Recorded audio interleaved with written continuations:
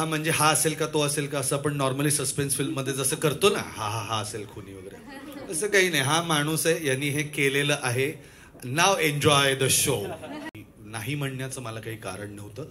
आणि ह्या पद्धतीचा रोल एकतर असा केला नव्हता याच्या आधी मी कधी, आणि दुसरं होतं की हा लुक माझाच मला कॉन्फिडन्स नव्हता की हा कसा दिसणार आहे. कारण की for the first time on screen मी या पद्धतीची बियर्ड दाढी ठेवलेली आहे, जी सॉल्ट पेपरमध्ये आहे. कदाचित जास्त सॉल्टही असेल, पण तर मला त्यांनी कन्व्हिन्स केलं की this is looking good on you. आणि मी म्हटलं की ठीक आहे, देन आपण ते करूयात, पुढे नेऊयात.